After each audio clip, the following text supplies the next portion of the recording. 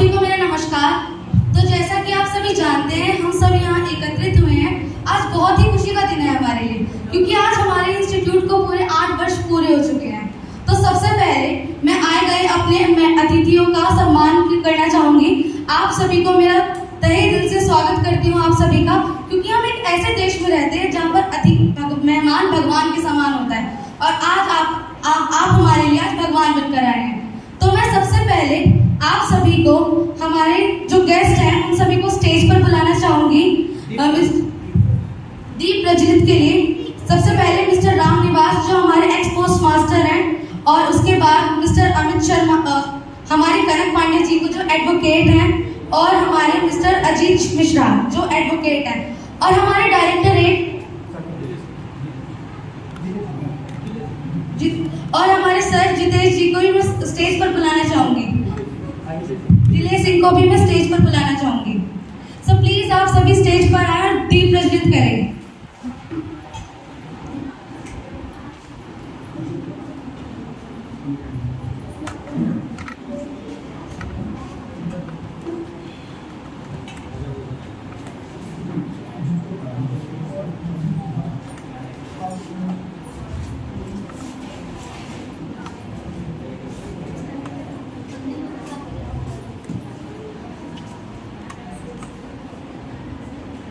माँ सरस्वती के सामने आज दीप प्रज्वलित हो रहा है, तो उसके लिए 2 शब्द मन में याद आ रहे हैं। हे शारदे माँ, हे शारदे माँ, अज्ञानता से हमें तार दे माँ।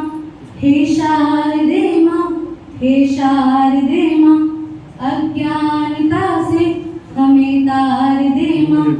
तू स्वर्ग की देवी है, संगीत तुझसे, हर शब्द तेरा है, हर गीत तुझसे। हम हैं अकेले, हम हैं अधूरे, अज्ञानता से हमें तार दे माँ। हे शारदे माँ, हे शारदे माँ, अज्ञानता से हमें तार दे माँ।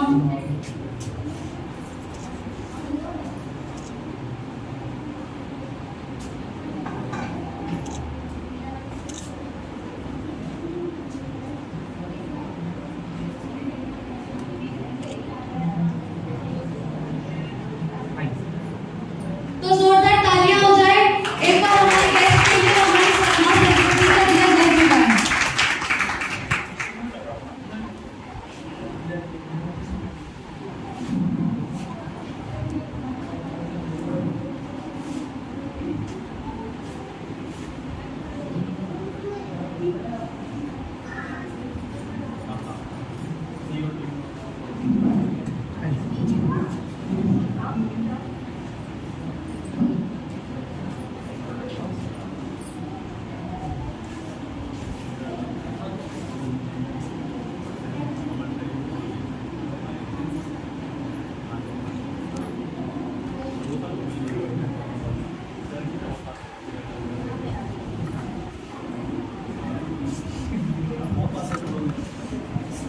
आप सभी का धन्यवाद। तो चलिए आगे बढ़ते हैं हमारे कार्यक्रम की तरफ। तो जैसा कि हम सभी जानते हैं, आज हम सब यहाँ एकत्रित हुए हैं हमारे 8 वर्ष के इस प्रोग्राम के लिए। तो आप सभी जानते होंगे किसी चीज को चलाना इतनी आम बात नहीं है। तो हमारे इंस्टीट्यूट को चलाने में हमारे सबसे ज्यादा महत्व हमारे डायरेक्टर साहब मिस्टर वीरेंद्र सिंह जी रखते हैं, जिन्होंने इस इंस्टीट्यूट को 8 वर्षों तक चलाया और इतनी अच्छी भूमिका निभाई। आज हम सभी यहाँ पर हैं सिर्फ और सिर्फ मिस्टर वीरेंद्र सिंह सर की वजह से, जो उन्होंने इतनी अच्छी तरीके से हमारे इंस्टीट्यूट को चलाया। सन 2015 22 अगस्त को इस इंस्टीट्यूट की स्थापना की गई। उस दिन इस इंस्टीट्यूट का नाम शुरू हुआ, और इस इंस्टीट्यूट को संभालना आम बात बिल्कुल नहीं थी। इतने सारे बच्चे इसमें पढ़ने आते हैं, अपनी शिक्षा की ओर बढ़ते हैं। ये सब सिर्फ हम मिस्टर वीरेंद्र सिंह हमारे डायरेक्टर साहब की वजह से सफल हो पाया है। और सभी को एजुकेशन प्रोवाइड करना, सभी की नीड्स को पूरी करना सर की वजह से ही पूरा हो पाया है। Thank you. लेकिन मैं आगे ये बोलना चाहूंगी कि हमारा प्रोग्राम सिर्फ यही तक नहीं है। हम एक ऐसे देश में रहते हैं जहाँ पर कुछ भी हो लेकिन पूजा जरूर की जाती है। इसलिए हमने सबसे पहले माँ सरस्वती के सामने दीप जलाया। और इसके बाद प्रियांश, क्या तुम जानते हो हमारे भारत की सबसे पुरानी भाषा? हमारे भारत की सबसे पुरानी भाषा संस्कृत भाषा है। और नहीं तो क्या, हम सभी जानते हैं कि हमारा भारत कितना पुराना और कितना भौतिक है। जितना सुंदर ये देखने में है उतने ही इसके कल्चर और प्यारे हैं। तो इसी के ऊपर सबसे पहले आज हमारे इंस्टीट्यूट की एक छोटी सी लड़की जिसका नाम है सिमरन, आप सभी के सामने एक गाना गाना चाहेगी, और वो भी संस्कृत में, ताकि वो बता सके कि हमारा भारत कितना सुंदर है और उसकी भाषा है और उसके रिवाज कितने प्यारे हैं। तो प्लीज मैं वेलकम करना चाहूंगी सिमरन का। सिमरन आप स्टेज पर आए और उनके गाने का नाम है भक्तु भारतम, जो भारत को भी दर्शाएंगे। सिमरन के लिए जोरदार ताली हो जाए।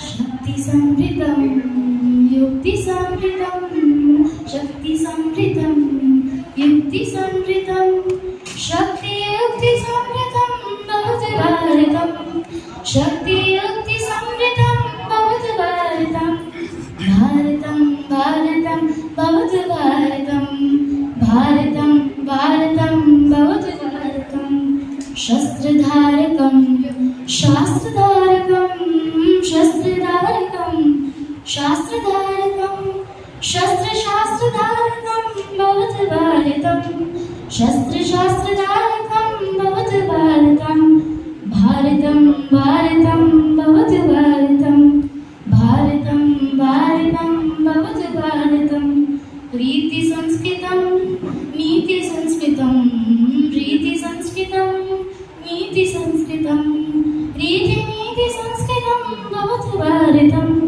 रीति नीति संस्कृतम भवतु भारतम, भारतम भारतम भवतु भारतम, भारतम भारतम भवतु भारतम, कर्मनैष्ठिकं धर्मनैष्ठिकं, कर्मनैष्ठिकं धर्मनैष्ठिकं, कर्म धर्मनैष्ठिकं भवतु भारतम, कर्म धर्मनैष्ठिकं भवतु भारतम, भारतम भारतम भवतु भारतम, भारतम भारतम भवतु भारतम, भक्ति साधकं युक्ति साधकं, भक्ति साधकं युक्ति साधकं, भक्ति युक्ति साधकं भवतु भारतम, भक्ति युक्ति साधकं भवतु भारतम, भारतम भारतम भवतु भारतम, भारतम भारतम भवतु भारतम,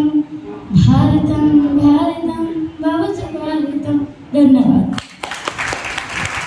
बहुत खूब सिमरन, क्या रंग जमाया है आज मंच पर।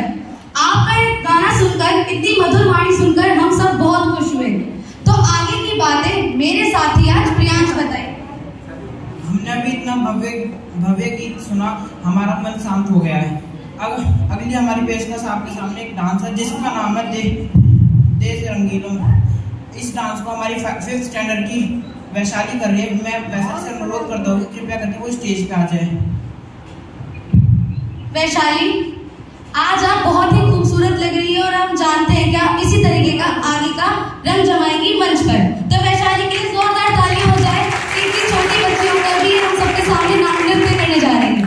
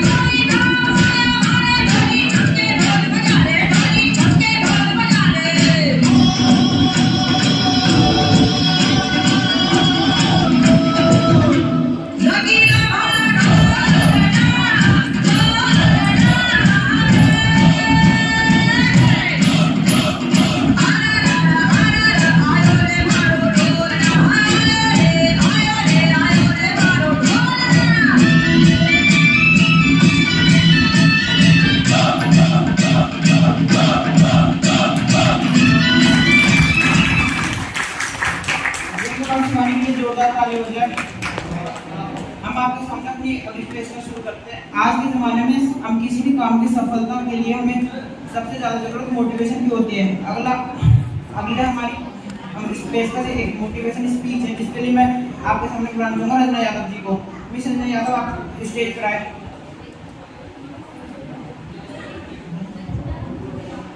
जीवन में कुछ काम करो ना करो, लेकिन सफलता बहुत जरूरी है और सफलता के लिए मोटिवेशन बहुत जरूरी है।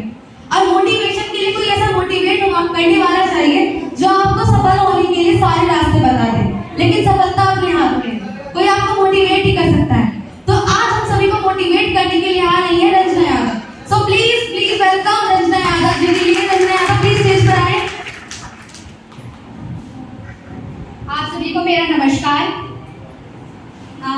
मैं सबसे पहले अपनी स्पीच देना चाहूंगी आप सभी को। मुझको जालिम का तरफदार नहीं लिख सकते, कम से कम मुझे लाचार नहीं लिख सकते। जहाँ थैली पर लिए बोल रही हूँ जो सच, उसको इस देश के अखबार नहीं लिख सकते। जोरदार तालियां हो जाए इस बात के लिए। परम श्रद्धेय मुख्य अतिथिगण, संस्थान संस्थापक महोदय जी श्रीमती मंजू सिंह जी एवं संस्थान निर्देशक महोदय जी प्रोफेसर वीरेंद्र सिंह जी को श्रद्धेय प्रणाम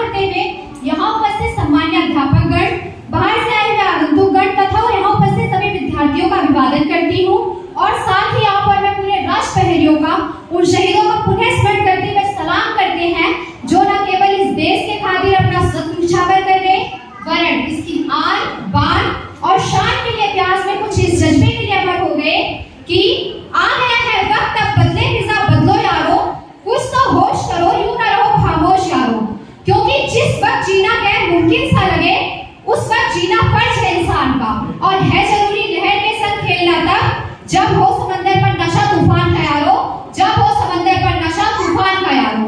दोस्तों, आज मैं यदि ये कहती हूँ कि हमारा भारत देश मात्र एक जमीन का टुकड़ा नहीं बल्कि जीता जागता राजपुरुष है, तो अतिशयोक्ति न होगी, क्योंकि हिमालय इसका मस्तक है तो गौरी शंकर इसकी शिखा है, कश्मीर इसका तीर्थ है तो पंजाब और बंगाल को विशाल कंधे हैं, विंध्याचल इसकी कटी है तो नर्मदा करधनी है, पूर्वी और पश्चिमी घाट इसकी जगहें हैं तो कन्याकुमारी इसके चरण है, और सागर इसके पग पखारता है। कागज के काले काले में इसके बुनकर है तो चांद और सूरज इसकी आरती उतारते हैं। अतः हम ये कह सकते हैं कि अर्पण और समर्पण की इस पवित्र भूमि वाले देश में एक और जहाँ भगवान कभी राम के रूप में, कभी कृष्ण के रूप में, कभी परशुराम के रूप में, तो कभी गौतम बुद्ध के रूप में अवतरित हुए, तो वहीं दूसरी ओर इस देश के गौरव जयदेव सूर्य, चंद्रशेखर आजाद, सुभाष चंद्र बोस, गांधी, भगत सिंह, सुखदेव राजगुरु हुए। क्योंकि साथियों, इतिहास साक्षी है कि जब जब इस देश पर आपदाएं आई हैं, तब तब जनता में देशमंत्र फूंकने वाले महापुरुष सामने आए हैं और उन्होंने मातृभूमि के प्रति प्रेम का निर्यात किया है। अतः यह परंपरा रही है कि विश्व परिस्थितियों में निरपेक्ष भारतवासियों को कभी गोस्वामी तुलसीदास जी के मानस से ज्ञान मिला तो कभी गीता ने कर्म का ज्ञान दिया, जिससे समय समय पर जन समुदाय फिर एक होकर देश के प्रति जागरूक हो उठा। इतना सब होने के बावजूद भी विडंबनाएं देखिए साथियों, हमारे भारत देश में गौरवशाली अतीत से अच्छा दिखने वाले इस देश को चंद्र विरासत सह चंद्र की धन दौलत और देश का विवरण हमारी भारत माँ 200, जी हाँ पूरे 200 वर्षों तक अंग्रेजी दास्ता की बेड़ियों पर अपने ही वतन में कैद होकर परतंत्र का कलंक अपने मस्तक पर लगाना पड़ा। फिर आजादी का संघर्ष गहराया, भगत सिंह, सुखदेव, राजगुरु के गले में फांसी के फंदे कस दिए गए, फिर भी वह वीर शहीद अपने मातृ वतन के खातिर सिर्फ इतना कह गए, सरफरोशी की तमन्ना अब हमारे दिल में है, देखना है जोर कितना बाजुए कातिल में है। फिर भी स्वतंत्रता हमसे रूठी नहीं, पर समय बीतता गया, फिर निराश भी हुए। धन, सभ्यता, संस्कृति के प्रति प्रकाश पुंज कहलाने वाले हमारे देश के वासियों के पारस्परिक एकता और भाईचारे से दयानंद सरस्वती द्वारा दिखाई गई दिशा को याद किया और शिवा और लक्ष्मीबाई की तलवारें चमक उठी। जयदेव सूर्य याद किए जाने लगे, सूर तुलसी के जीवन राग गाए जाने लगे, आखिरकार अंग्रेजों के हौसले पस्त होने लगे और अंत में हमारे अनंत शोभित विश्व पूर्व स्थायी असीम मां भारती के मस्तक से हमने परतंत्र के कलंक को हमेशा के लिए धो दिया। हम आजाद हो गए और वह दिन था 15 अगस्त 1947 का। हमें याद रखना होगा कि वो बुलंद हौसले, वो बुलंद संकल्प जिनके दम से हमने पुनः अपनी महानता का शक्तिन किया था, वे कभी ध्वस्त ना हो, क्योंकि जब हम परतंत्र रहते हुए हम अपने बंदों की लाशों को अपने कंधों पर ढोते हुए यह सोचते थे कि ऐसी गुलामी से तो बनकर आजाद होना बेहतर है, क्योंकि तब हमें आजादी बहुत दूर प्रतीत होती थी, और आज जब हमारे साथ आई है तो हम उसके प्रति ध्वस्त होते जा रहे हैं, जिसके परिणाम स्वरूप एक और जहां अपराध, भ्रष्टाचार, प्रकृति व पर्यावरण के प्रदूषण का आरंभ स्वतः जड़े जमा रहा है, वहीं दूसरी ओर पुनः आतंकी हमले हो रहे हैं, जिसे देख आज मैं ये कहने पर मजबूर हूँ साथियों कि भगत सिंह तुम फिर ना लेना काया भारतवासी की, भगत सिंह तुम फिर ना लेना काया भारतवासी की, कहीं देशभक्ति के लिए तुम्हें फिर ना सजा मिले फांसी की, कहीं देशभक्ति के लिए तुम्हें फिर सजा ना मिले फांसी की। रास्ता यह संदिग्ध है कि हमारी उपलब्धा एपीजे अब्दुल कलाम साहब ने एक सुरक्षित, सुंदर और अलौकिक राष्ट्र की परिकल्पना करते हुए यूं फरमाया है कि सपना वह नहीं जो हम नींद में देखते हैं। गौर फरमाइएगा, सपना वह नहीं जो हम नींद में देखते हैं, सपना वह है जो हमें नींद आने नहीं देगा। वो सपने तभी पूरे होंगे जब उन्हें पूरा करने का बीड़ा हम युवा अपने कंधों पर उठाएंगे, क्योंकि हम वह अपार शक्ति और क्षमता है। और अंत में अपने शब्दों को विराम देते हुए मैं सिर्फ इतना कहना चाहूंगी, जागो भारत के वासी, जागो मेरे देशवासी। एक बार फिर से मां भारती पुकारती है, जागो, पहचानो अपनी सभ्यता और संस्कृति को। आजादी का वर्षगांठ स्मरण कराती है, पुण्य भूमि भारत, एक भूमि भारत अपने वैभव का पुनः दोहराती है। राम, कृष्णा, बुद्ध, महावीर की ये जन्मभूमि एक और अब्दुल कलाम पुकारती है। जय हिंद। रंजना यादव का जोश देखकर हमें भी जोश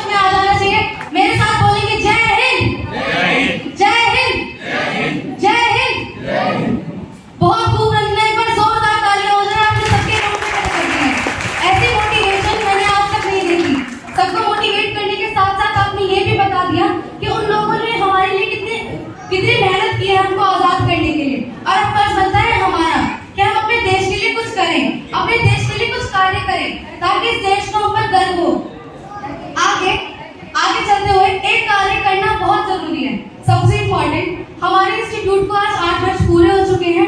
आए गए हमारे गेस्ट का मैं तहे दिल से स्वागत करती हूँ। आप सभी का बहुत बहुत धन्यवाद कि आपने अपना कीमती समय निकाला और हमारे इस प्रोग्राम में शामिल हुए। लेकिन अब मैं सभी गेस्ट को स्टेज पर बुलाना चाहूंगी। सर्वप्रथम मिस्टर केवल किशन, जो एक्स परिवहन ऑफिसर थे, प्लीज स्टेज पर आ जाइए सर, ताकि बच्चों को आप सर्टिफिकेट्स दे सकें। पहले वेलकम के लिए प्लीज स्टेज पर आ जाइए। सेकंड नंबर पे mister Mangal Singh sir, third पे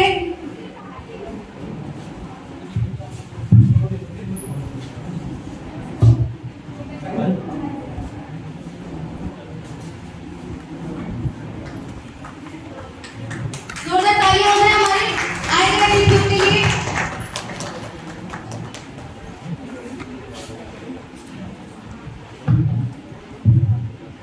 प्लीज सर जिले सिंह सर, प्लीज आप स्टेज पर आ जाइए। और रामनिवास सर, प्लीज आपके स्टेज पर आ जाइए। मिस्टर संदीप सर, प्लीज आपके स्टेज पर आ जाइए।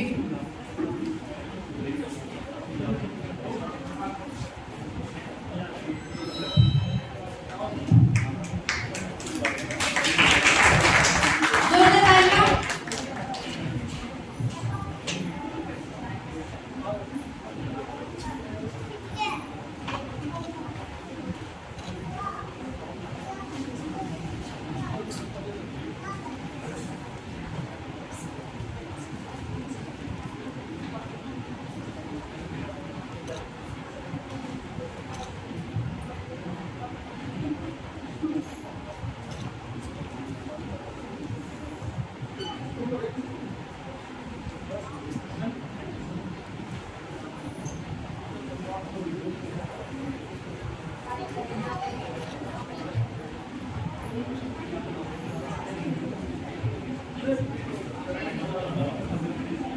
भारत वो देश है साथियों, जिसमें अतिथि भगवान के समान है।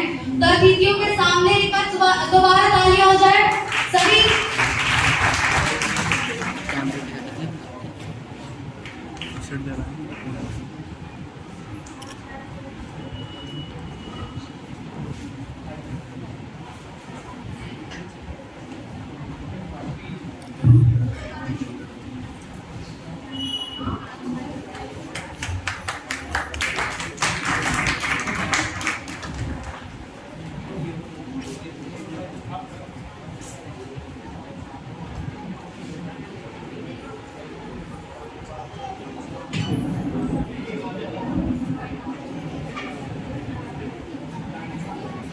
नेक्स्ट हमारे गेस्ट आज के mister Karan Pandey, please stage पर आ जाइए सर।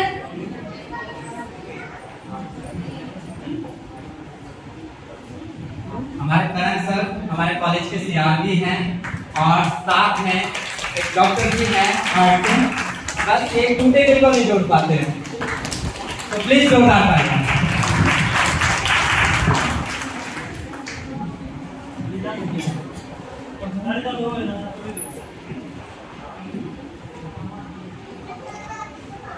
एक बार फिर से जोरदार तालियां हो जाए सभी। आप लोग से अनुरोध है कि तालियां रुक ना पाए, हमारे गेस्ट आ रहे हैं स्टेज पर।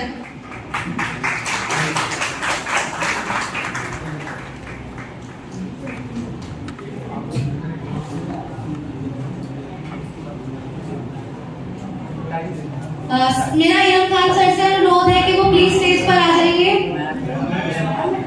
प्लीज मैम से अनुरोध है कि प्लीज स्टेज पर आ जाइए। आपका तहे दिल से वेलकम करते हैं मैम, प्लीज स्टेज पर आ जाइए। जोरदार तालियां हो जाए आपके लिए।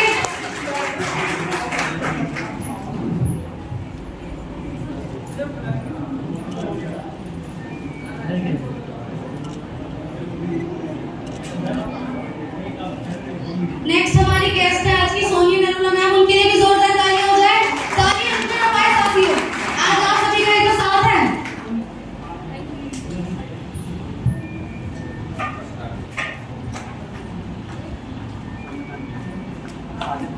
हाँ देखे था।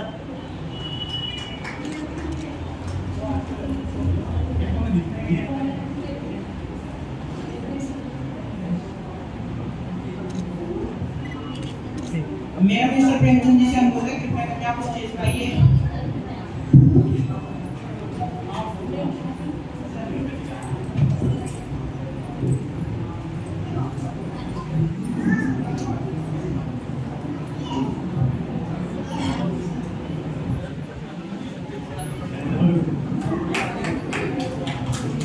जोरदार तालियां।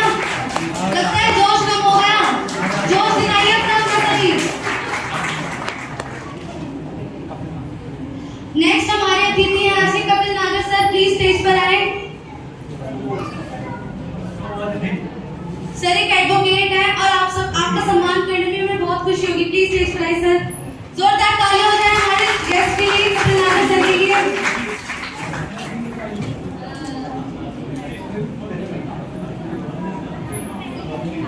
देखिए ना।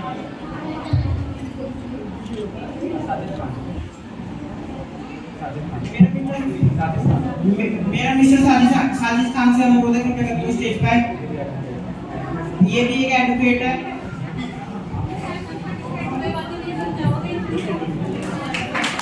ये हमारे बहुत अच्छे दोस्त हैं।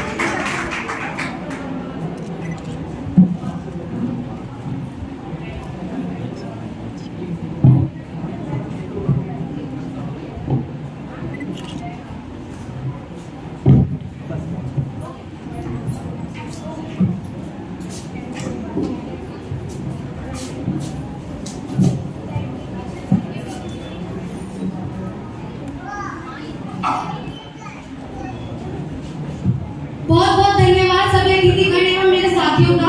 आगे तो पंक्तियां याद आ रही हैं अपने देश के बारे में जानकर। मैं रहूं या ना रहूं, भारतीय रहना चाहिए। भारत रहना चाहिए और हम सभी जानते हैं कि भारत बहुत खूबसूरत है, बहुत अच्छा देश है, लेकिन इसमें कहीं ना कहीं कुछ बुराई तो है। और इसीलिए आगे का हमारा प्रोग्राम एक छोटा सा प्रोग्राम है वकील बाबू के नाम से, जिसमें मैं सबसे पहले स्टेज पर बुलाना चाहूंगी अजीत को, जो हमारे देश में कुछ हो रही बुराइयों के बारे में हम सभी को बताएंगे। सभी जानते हैं कि हमारे देश में सब समान है। कई हम सभी जानते हैं कि समान होते होते भी कुछ ना कुछ असमानता हमारे देश में रह ही जाती है। महिलाओं को लेकर, जात धर्म को लेकर, अलग अलग वर्ग को लेकर, रंग भेद को लेकर ऐसी असमानता आज भी क्यों जिंदा है? So please welcome Ajit. Ajit लीजिए आगे का मंच। अजीत संभालेंगे। अजीत बताइए। आप सबको मेरा नमस्कार। मेरा नाम अजीत है। आज मैं महिलाओं के प्रति बढ़ते अपराध और महिला सशक्तिकरण के बारे में बताना चाहता हूँ। मैं अपनी बात की शुरुआत एक कविता से करना चाहता हूँ। हम उस समाज के लोग हैं जहाँ दुर्गा है नारी, लक्ष्मी है नारी, चंडी है नारी, सरस्वती है नारी, पर असलियत में यहाँ बेचारी है नारी। हम उस समाज के लोग हैं जहाँ विद्या की देवी हर साल पूजी जाती है, वहीं दूसरी तरफ वही नारी विद्या पाने के लिए समाज से बिगड़ जाती है। हम उस समाज के लोग हैं जहाँ नारी को प्राप्त कई उपनाम हैं, पर असलियत में क्या मिला उन्हें सम्मान है। हम उस समाज के लोग हैं जो शान से कहते हैं भारत माता की जय, पर अभी भी यहाँ नारियों में है ना जाने क्यों इस समाज का भय। अब मैं आपको देश की नारियों के ऊपर बीत रही उसके बारे में बताना चाहता हूँ। जिस देश में नारी को देवी के समान पूजा जाता है, उस देश में महिलाओं के साथ शर्मनाक और दर्दनाक हादसे हो रहे हैं। हमारे देश का समाज पुरुष प्रधान है और यहाँ परिवार में पुरुषों की अधिक चलती है। पुरुष महिलाओं पर रोक जमाते हैं, उन्हें नीचा दिखाते हैं और यहाँ आए दिन महिलाओं पर अत्याचार तथा पुरुषों द्वारा पीटने की खबरें आती रहती हैं। इस प्रकार के अत्याचार अपराध निंदनीय है। महिलाओं पर बढ़ती हिंसा देश की प्रगति में बाधा बन खड़ी हुई है। महिलाओं को आज भी दहेज के लिए मारा पीटा जाता है और उन्हें जिंदा जलाने की खबरें भी देश में आए दिन आती रहती हैं। चाहे वो निर्भया बलात्कार जैसे केस हमारे देश को हिला के रख देते हैं और मणिपुर में देश की बेटियों के साथ कितनी शर्मनाक हरकत करी गई है। देश की रूप का काफी इस चीज को देखकर मैं अपनी बात इन अंतिम पंक्तियों के साथ समाप्त करता हूँ। कोमल है पर लाचार नहीं तू, कोमल है पर लाचार नहीं तू, तू तो मूरत है शक्ति के अवतार की। किसी गुलामी की मोहताज नहीं तू, किसी गुलामी की मोहताज नहीं तू, तू तो है बागबान इस कायनात की। धन्यवाद। बहुत जोर से तालियां होनी चाहिए आज अजीत के लिए। उन्होंने सब कुछ याद दिला दिया कि क्या क्या होता है हमारे देश में। मैं आप सभी को बता दूं कि भारत जितना खूबसूरत है, जितना बड़ा है, उतने ही इसमें अपराध भी हैं और महिलाओं को लेकर कुछ ज्यादा ही अपराध हैं। जैसा कि अजीत ने अभी बताया, मणिपुर में हुई लड़कियों के साथ दुर्व्यवहार, निर्भया हत्याकांड, कितने सारे केस हमारे सामने आए दिन आते रहते हैं, लेकिन हम उनके लिए कुछ नहीं करते, जिसके लिए हमें केवल अपनी सोच बदलनी है। और उस सोच को बदलने के लिए आज से 200 वर्ष पहले झांसी की रानी ने आवाज उठाई थी। झांसी की रानी वो रानी थी जिन्होंने ये सबको बता दिया था कि महिलाएं किसी से कमजोर नहीं, वो सबके बराबर है, चाहे वो पुरुष हो चाहे वो महिला हो, दोनों में भगवान ने दिमाग डाला है, दोनों के अंदर ही रक्त ही रहता है। और एक बात और बता दूं, महिलाओं को ना तो प्रकृति ने आसमान बताया है, तो हमारे इस देशवासियों ने और इंसानों ने, जो खुद प्रकृति के द्वारा बनाए गए हैं। क्या आप लोगों से एक सवाल पूछना चाहूंगी, क्या कभी किसी फूल ने महिलाओं को खुशबू देने से मना किया है, या फिर किसी सूरज ने उनको रोशनी देने से मना किया है? तो ये दुर्व्यवहार हम क्यों करते हैं? हम लोगों को भी उनको समान ही समझना चाहिए। तो इसी के लिए दोबारा एक बार वंदे मातरम जोश थोड़ा कम दिखाई दे रहा है, एक बार फिर से वंदे धन्यवाद।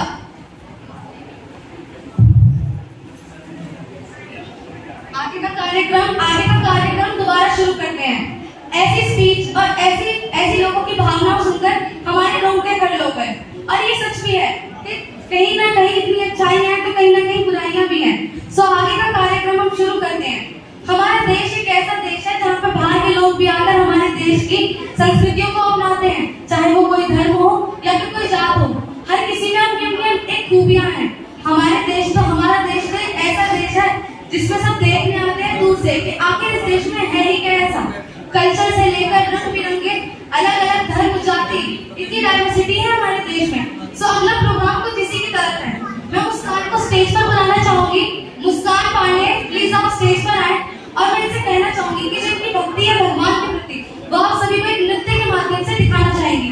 मुस्कान प्लीज स्टेज पर आए। मुस्कान का जोरदार तालियों से स्वागत कीजिए, क्योंकि ये एक रानी है, रानी लक्ष्मीबाई की तरह, और ये आप सभी को एनर्जी दिखाने जा रही है। मुस्कान के गाने का नाम है गाना सो जा जरा, और ये गाना सो जा जरा गाने पर नृत्य करेंगी और इतना खूबसूरत नृत्य करेंगी कि आप लोगों को बहुत अच्छा लगेगा। मुस्कान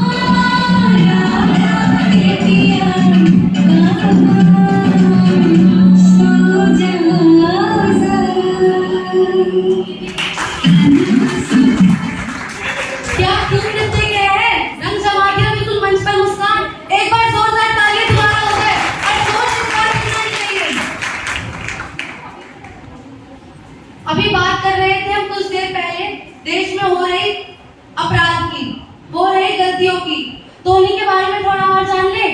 आप सभी को जानकर बहुत खुशी होगी और बहुत हैरानी भी होगी कि हमारा संविधान विश्व का सबसे बड़ा संविधान है, जिसको डॉक्टर भीमराव अम्बेडकर ने 26 नवंबर 1949 को बनाकर पूरा कर दिया गया था और उसको लागू किया था 26 जनवरी 1950 को। लेकिन आज भी लोग कुछ चीजों के बारे में नहीं जानते, उनके कुछ अनुच्छेदों के बारे में नहीं जानते, उसमें हमारे लिए जो क्या दिया गया है और हम लोगों के लिए वो क्या जरूरी है। उसी के ऊपर हमारा अगला कार्यक्रम है वकील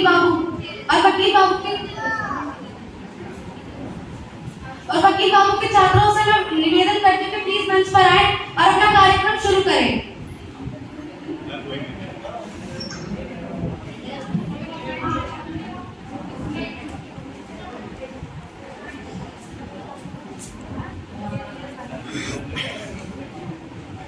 आप सभी को मेरा नमस्कार।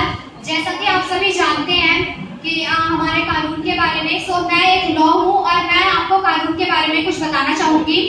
जनमानस, जिनके लिए कानून व्यवस्था सामाजिक तौर पर महत्वपूर्ण होती है, यह एक जनमानस के लिए अच्छे समाज और अच्छे माहौल का निर्माण करती है। कानून व्यवस्था एक ऐसा शब्द है जिसे आप अक्सर न्यूज़पेपर या सोशल मीडिया पर हर जगह इसका नाम आता ही रहता है और यह सामाजिक तौर पर भी महत्वपूर्ण है।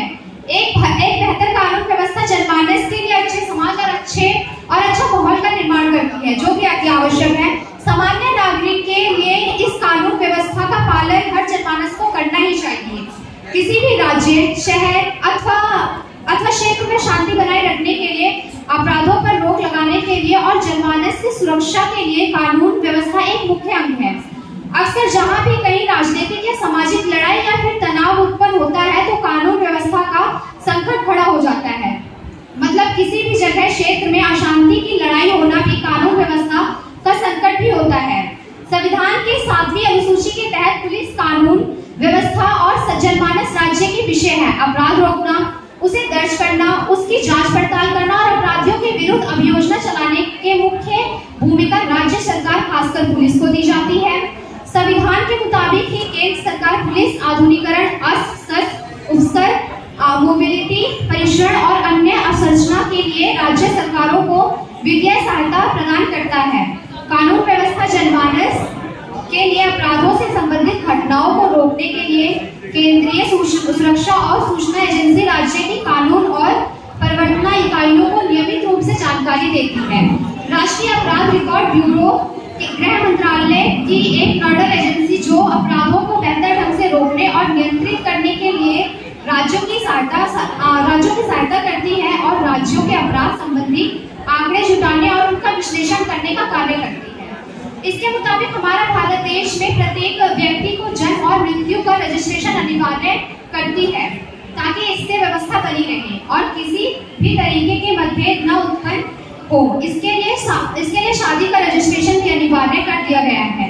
हमारे देश में किसी भी व्यक्ति के लिए अंतरजातीय और अन्य धर्म में विवाह करने की बंदिश नहीं है।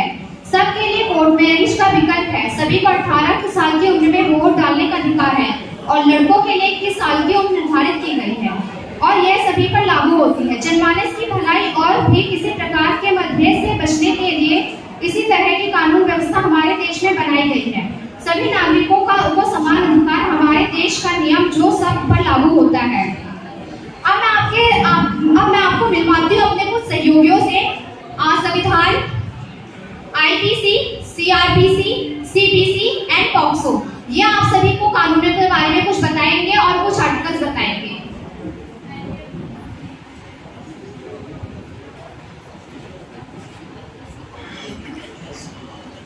सबसे पहले आईपीसी स्टेज पर आ जाए। संविधान, आईपीसी, पॉक्सो, सभी से मेरा अनुरोध है प्लीज स्टेज पर आ जाए।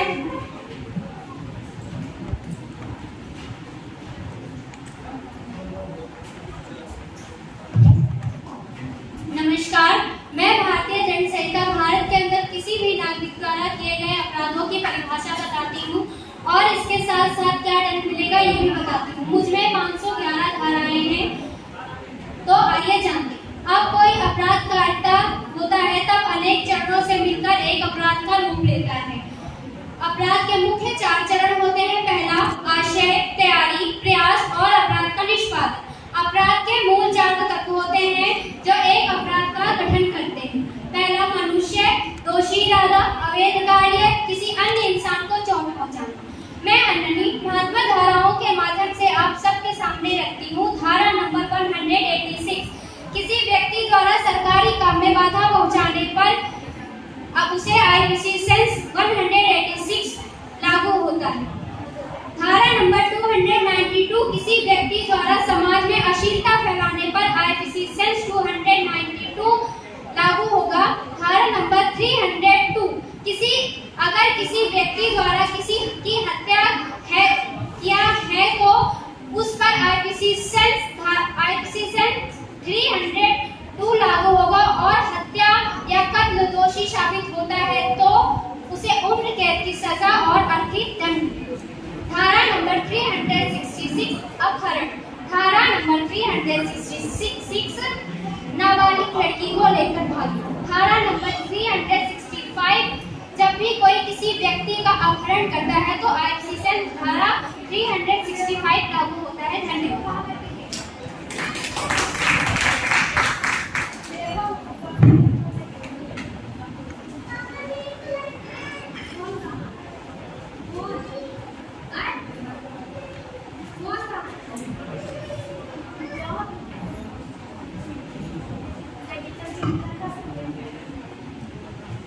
नमस्ते मेरे अतिथिगण, मेरा नाम शिव कुमार। मैं आज आपके सामने संविधान के रूप में प्रस्तुत हुआ हूँ। आज मैं आपको भारत के कुछ महत्वपूर्ण अनुच्छेद तथा भारत के हर नागरिक को पता होने चाहिए। सबसे पहले मैं भारत के संविधान की शुरुआत प्रस्तावना से और उद्देशिका से करना चाहता हूँ।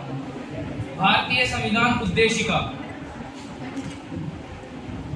हम भारत के लोग भारत को एक संपूर्ण, प्रभुत्व संपन्न, समाजवादी, पंथ निरपेक्ष, लोकतांत्रिक गणराज्य बनाने तथा उसके समस्त नागरिकों को सामाजिक, आर्थिक, राजनीतिक न्याय, विचार, अभिव्यक्ति, विश्वास, धर्म और उपासना की स्वतंत्रता, प्रतिष्ठा और अवसर की समस्त प्राप्त करने की तथा उन सब व्यक्ति को गरिमा और राष्ट्र की एकता और अखंडता सुनिश्चित करने वाली बंधुता बनाने के लिए दृष्टि संकल्प होकर इस संविधान सभा में आज 26 नवंबर 1949 को एतद्वर्ग इस संविधान को अंगीकृत, अधिनियमित और आत्मसमर्पित करते हैं।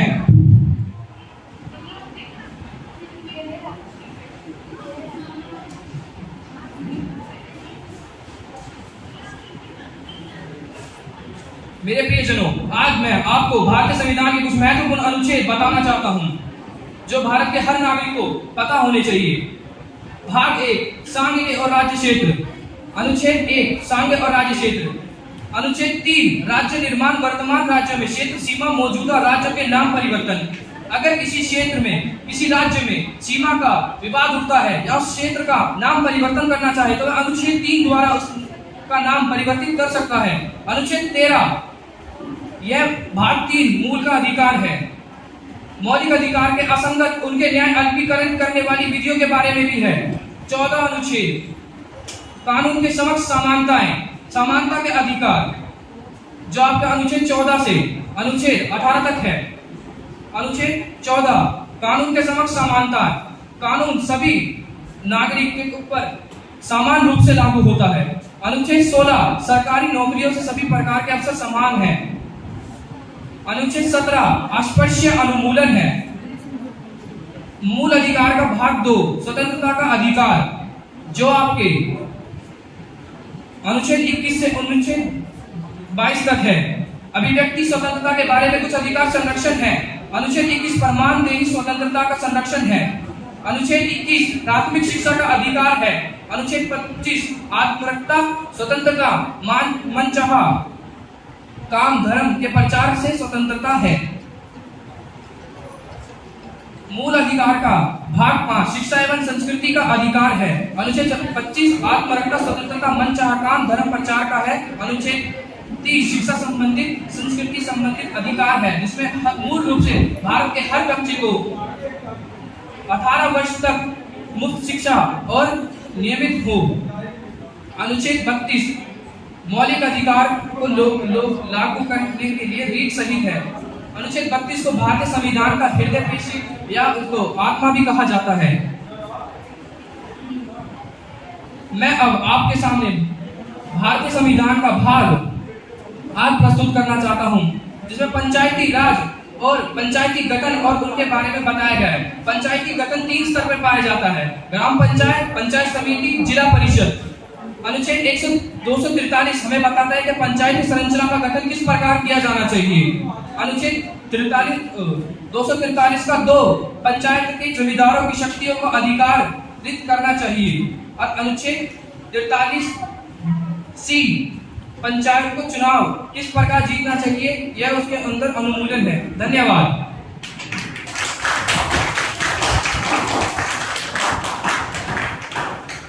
नमस्कार, मैं CRPC क्रिमिनल प्रोड्यूसर कोड आपराधिक प्रक्रिया संहिता। मैं एक प्रकार की प्रक्रिया हूँ जो कि पुलिस के द्वारा अपनाई जाती हूँ। अर्थात मेरे द्वारा जो भी कोई जुर्म होता है, बहुत से जुर्मों की कानून कार्रवाई मेरे द्वारा ही उसकी जांच पड़ताल की जाती है। दूसरे शब्दों में कहें तो जब कोई अपराध किया जाता है तो दो प्रक्रिया होती है। पहली जिसमें पुलिस अपराध की जांच करती है और दूसरी पीड़ित के संबंध में और आरोपी के संबंध में। मैं इस प्रक्रिया का ब्यौरा देती हूँ। मेरे अंतर्गत 484 धाराएं हैं और 37 चैप्टर है। संज्ञाओं के प्रति प्रदाव करना, आरोपी दोषी है या नहीं है निर्धारित करना आदि, किसी भी अपराध की जांच करना। आइए मैं अपनी महत्वपूर्ण धाराओं के माध्यम से आपके समक्ष रखती हूँ। धारा 6 आपराधिक न्यायालय की श्रेणी श्रेणी की बात कही गई है, जिसमें मजिस्ट्रेटों को 2 भागों में बांटा गया है, हाई कोर्ट और स्टेट। ऐसा इसलिए क्योंकि न्यायपालिका कार्यपालिका अलग हो। धारा 30 जुर्माना ना देने ना अदा करने पर कारावास की सजा। धारा 41 से 54 व्यक्ति को गिरफ्तार। धारा 56 गिरफ्तार किए गए व्यक्ति को पुलिस स्टेशन अधिकारी के समक्ष ले जाया जाएगा या तो मजिस्ट्रेट के पास। धारा 57 गिरफ्तार व्यक्ति को 24 घंटे से हिरासत में नहीं रखा जाएगा। धारा 61 से 69 नोटिस भेजा जाएगा। धारा 70 से 81 वारंट गिरफ्तारी का। धारा 82 फरार व्यक्ति के लिए उद्घोषणा। धारा 88 उपस्थित के लिए बांधपत्र लेने की शक्ति। धारा 93 तलाशी वारंट कब जारी किया जा सकता है। धारा 97 गलत तरीके से कैद किए गए व्यक्तियों की तलाश करना। धारा 102 कुछ संपत्ति पुलिस अधिकारी जब्त करने का अधिकार।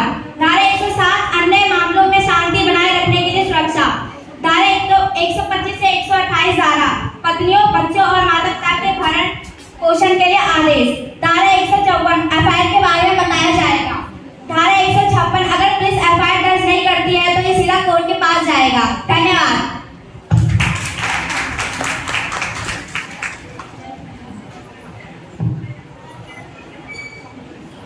नमस्कार, मैं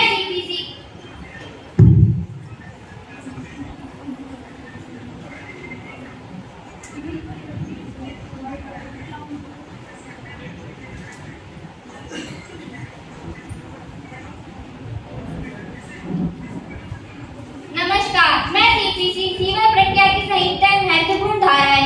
केंद्रीय या राज्य सरकार उन व्यक्तियों के लिए जिन्हें निर्धन व्यक्ति के रूप में बाहर लाने की अनुमति दे दी गई है, मुफ्त विधिक सेवाएं उपलब्ध कराने के लिए संबंधित अनुरूपण कर सकते हैं।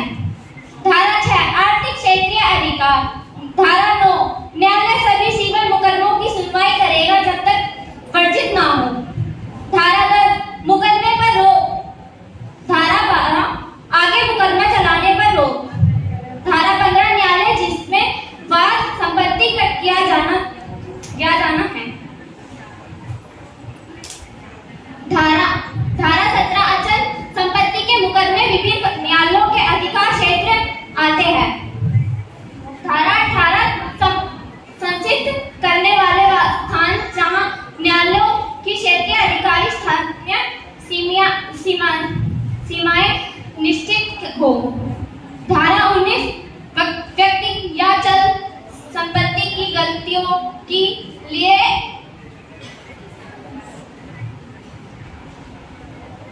मुकदमा। धन्यवाद।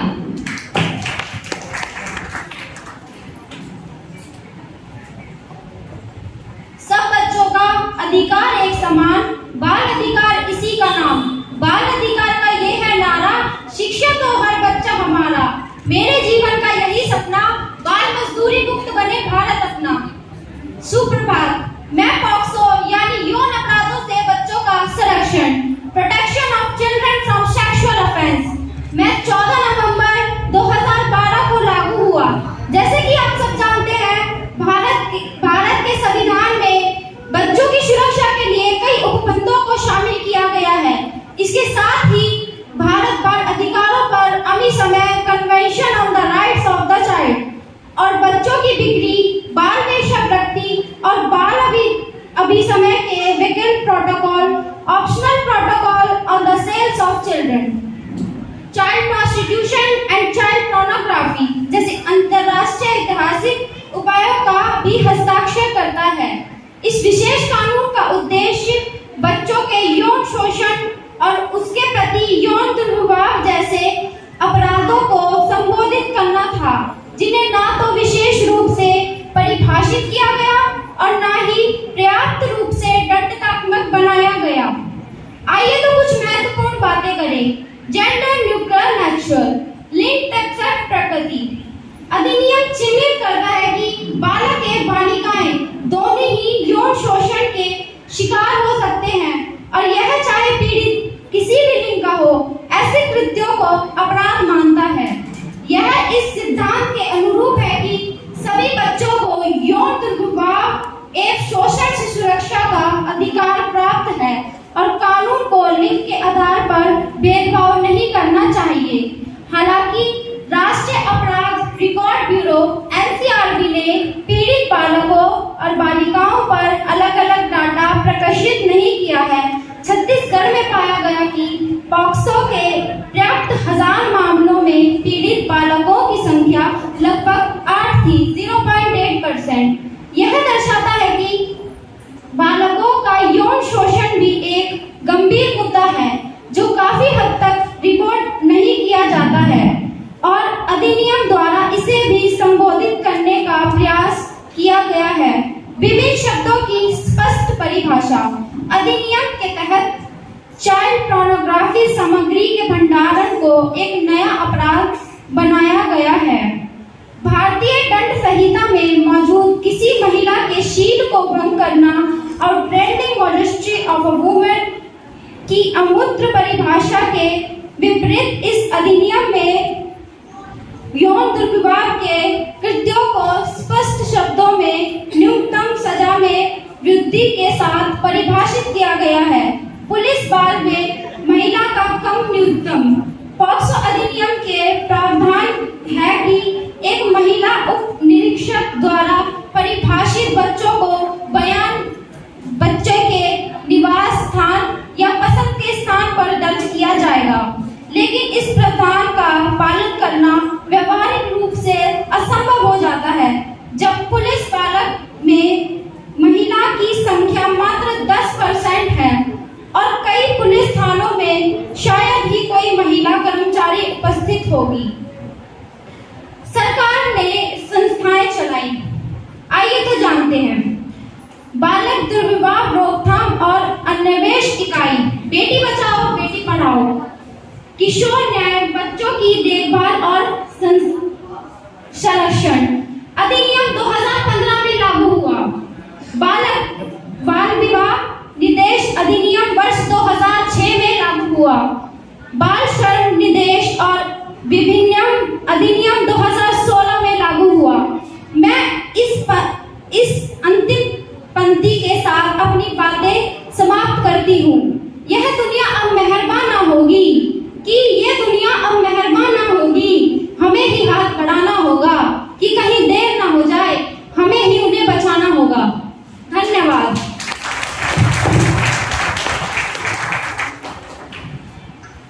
इस प्रकार कानून व्यवस्था और जनमानस के लिए कानून का आचरण, उसके सामान्य नियम का पालन करना जनमानस के लिए अनिवार्य है और यदि इसका पालन जनमानस नहीं करता तो उस व्यक्ति का न्यायपालिका द्वारा दंडित किया जाता है। वैसे भी विधि शब्द विविधता से जुड़ा है। अत्याधुनिक दौर से विधि का विधान और आश्रय विविधता द्वारा बनाए गए कानून है। जिस प्रकार जीवन और मरण विविधता द्वारा बनाए गए नियम है, उसी प्रकार धरती पर कानून और उसकी व्यवस्था भी जनमानस के लिए बनाया गया नियम है। जिस प्रकार विविधता के नियमों का उल्लंघन करने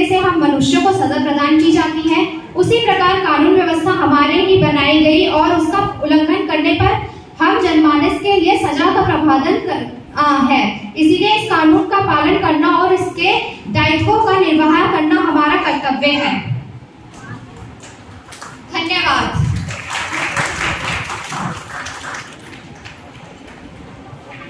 बहुत जोरदार तालियां हो जाए बच्चों के लिए। संविधान लागू हो गया, बन गया, निर्मित हो गया, लेकिन उसके बारे में हम जानते ही नहीं कि उसमें क्या है और हमारे लिए कितना जरूरी है। ये जो इन लोगों ने बताया, हमें बच्चों ने जो इनको सीख दी हम लोगों को, वो यह बताया कि संविधान को बने तो कितने साल हो गए हैं, लेकिन आज भी कितनी बुराइयां हैं हमारे देश में। जैसा कि इन्होंने बताया, महिलाओं को लेकर बुराई, जात को लेकर बुराइयां, धर्म को लेकर असमानता, आज भी हमारे देश में कहीं ना कहीं लड़ाई चल रही है। क्यों?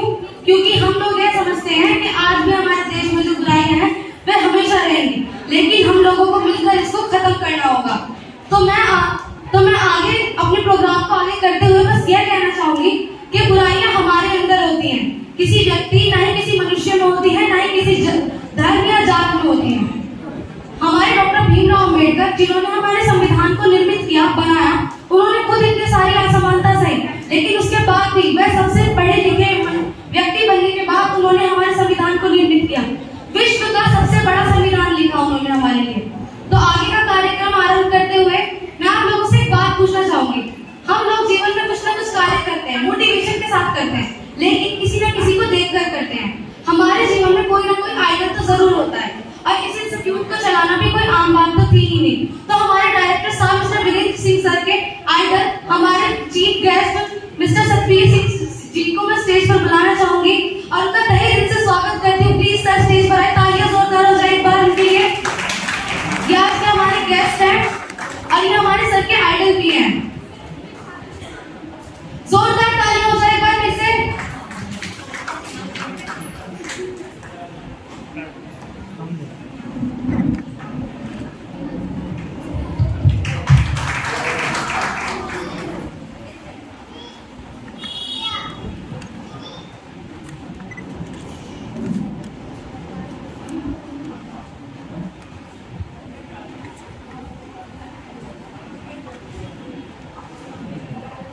सर के लिए एक बार जोरदार तालियां हो जाए।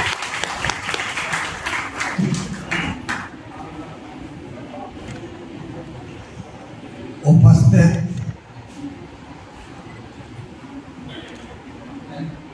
यहाँ पर सभी प्रबुद्ध गण जो समाज से उपस्थित हैं। समाज का मतलब ये होता है कि उसमें समाज मनुष्य द्वारा निर्मित किया जाता है और उसमें एक समावेश होता है समाज के सभी वर्गों। जैसे कि बच्चों का मैं कार्यक्रम अभी देख रहा था, 10 मिनट मुझे आए हुए होंगे, तो संविधान के बारे में विभिन्न जानकारियां देना। जब से समाज बना है उसमें विभिन्न प्रकार के अपराध, ये एक मनुष्य की मनोवृत्ति है, यानी जो मनुष्य की स्वाभाविक कमजोरी है वो हर एक के साथ। लेकिन हमें अब किस प्रकार से अपने बच्चों को बचा सकते हैं या बच सकते हैं जब हम उनके प्रति जागरूक होंगे। तो यही इन बच्चों का संदेश था, पोक्सो एक्ट के बारे में, पोर्नोग्राफी के बारे में। और ये जो CS institute of information technology in education, यानी इंफॉर्मेशन टेक्नोलॉजी इन एजुकेशन, उसको हम किस प्रकार से लागू कर सकते हैं, तो यही इन बच्चों का संदेश है। हम ज़्यादा से ज़्यादा इन लघु नाट्यों से, इन सामाजिक कार्यक्रमों से जब हम अवेयर होते हैं इन चीज़ों से, तभी हम बच सकते हैं।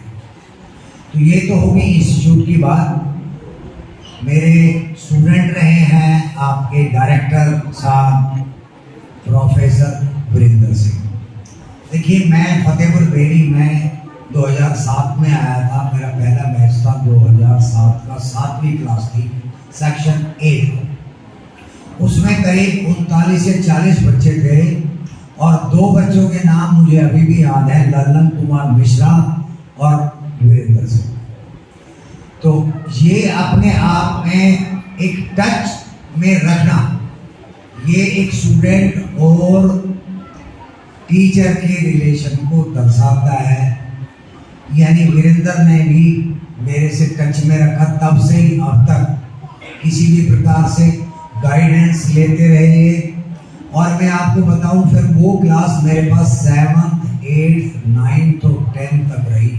2007 यानी 7, 8, 8, 9, 9, 10।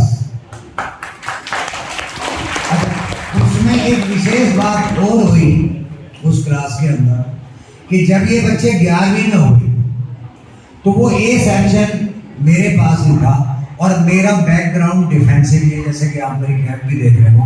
मैं पहले एयरफोर्स में था और बाद में मैं एमसीडी में टीचर लगा और मेरा पहला प्रमोशन यहाँ पे हुआ मध्य प्रदेश। तो उस समय जो बच्चे थे जो 7th क्लास के, तो जब उनके नंबर आए तो वो सबसे हाईएस्ट थे स्कूल की बाकी क्लास में।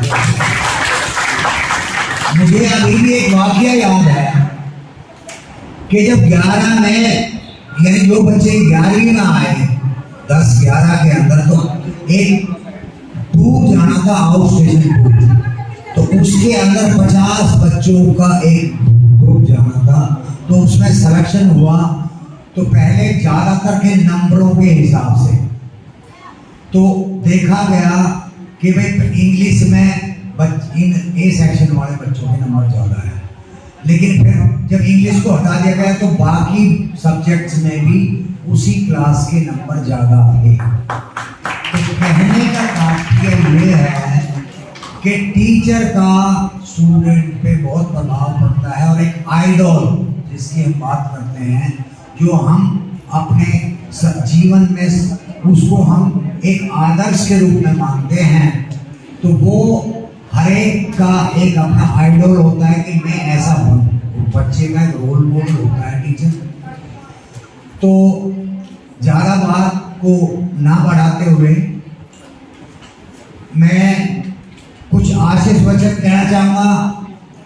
प्रोफेसर वीरेंद्र, मिस रंजना यादव, दीपक और सोनम मैडम जो कि उस कार्ड में छपे हुए हैं, ये मेरे बच्चे समान ही हैं।